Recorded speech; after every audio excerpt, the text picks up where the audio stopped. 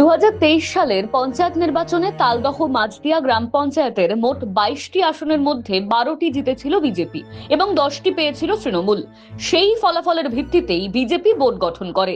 প্রধান নির্বাচিত হন বাসন্তী হালদার এবং উপপ্রধান হন অরুণ সিং। পরবর্তীতে বিজেপির প্রধান বাসন্তী হালদার এক সদস্যকে নিয়ে তৃণমূলে যোগ দেন। এরপর পঞ্চায়েতের নিয়ন্ত্রণ তৃণমূলের হাতে চলে যায় বলে বিজেপির দাবি। তবে উপপ্রধান অরুণ সিং পদে বহাল ছিলেন। সম্প্রতি বাসন্তী হালদার প্রধানের পদ থেকে ইস্তফা দেন। বিডিও সেই ইস্তফা গ্রহণ করার পর উপপ্রধান অরুণ সিংকে পঞ্চায়েত পরিচালনার দায়িত্ব দেওয়া হয়। এরপর নতুন প্রধান নির্বাচনের দিনক্ষণ নির্ধারিত করা হয়। বৃহস্পতিবার প্রধান নির্বাচন অনুষ্ঠিত হয় বিনা প্রতিদ্বন্দ্বিতায়। তৃণমূলের কোনো সদস্য উপস্থিত না থাকায় বিজেপি প্রার্থী শুক্লা বিশ্বাস সরকার নতুন প্রধান নির্বাচিত হন।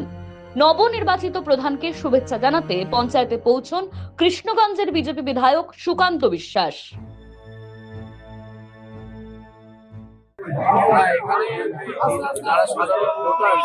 যারা সাধারণ তারাই এই পঞ্চায়েত বিজেপিকে তুলে দিয়েছিল।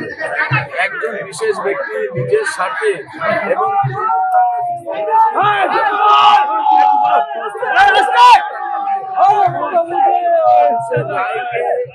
অসম্মান করে তৃণমূল কংগ্রেসে জয়েন করেছিল।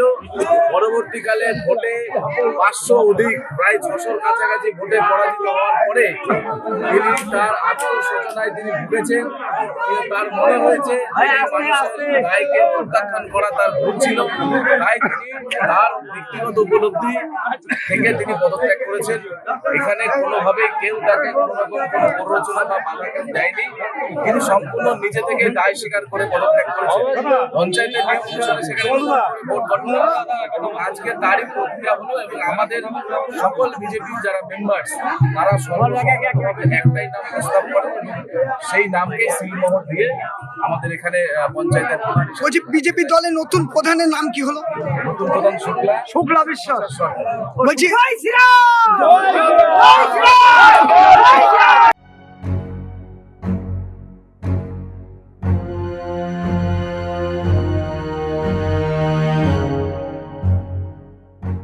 প্রধান নির্বাচন শেষে যেন উৎসবের আবহ। বিজেপির কর্মী সমর্থকরা বাজনার তালে নাচে গানে মেতে ওঠেন। কাজল বসাকের রিপোর্ট, দ্য ওয়াল।